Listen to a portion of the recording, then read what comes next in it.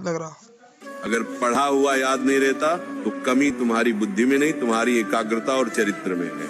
आज की वाणी से वह अग्नि निकलेगी जो तुम्हारे दिमाग के जालों को जलाकर राख कर देगी। अगर अपनी बुद्धि को लोहे से फौलाद बनाना है तो इस चर्चा को अंत तक पीना होगा। तुम रोते हो कि तुम भूल जाते हो, तुम परेशान हो कि परीक्षा सिर पर है और दिमाग खाली है। ये हार मान लेने का समय नहीं है। विद्या तो माँ सरस्वती का प्रसाद है और प्रसाद लेने के लिए हाथ नहीं, हृदय साफ होना चाहिए।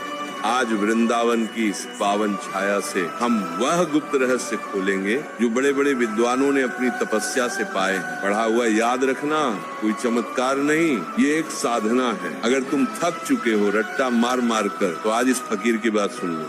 तुम्हारी बुद्धि का द्वार खुल जाएगा और ज्ञान तुम्हारे भीतर ठहरने लगेगा। तू कहता है कि याद नहीं रहता, मैं कहता हूँ तुझे सब याद रहता है। तुझे वो पिक्चर की कहानी याद है जो तूने 3 साल पहले देखी थी। तुझे वह गाली याद है जो किसी ने बचपन में दी थी। तुझे वह अपमान याद है जो किसी ने भीड़ में किया था।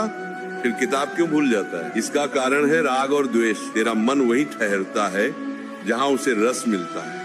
तुझे पढ़ाई में रस नहीं मिल रहा, तुझे पढ़ाई एक बोझ लग रही है। जब तक तू विद्या को भार समझेगा वह तेरे भीतर नहीं टिकेगी। पहली शर्त सुन ले, बुद्धि को साफ कर। जैसे गंदे शीशे में सूरज की रोशनी नहीं दिखती, वैसे ही गंदे मन में सरस्वती का प्रकाश नहीं ठहरता। दिन भर मोबाइल पर जो गंद देख रहा है, जो व्यर्थ की चर्चाएं कर रहा है, वह तेरे दिमाग की मेमोरी खा रही है। उन्हें डिलीट कर, तभी नया और कीमती ज्ञान वहाँ टिकेगा।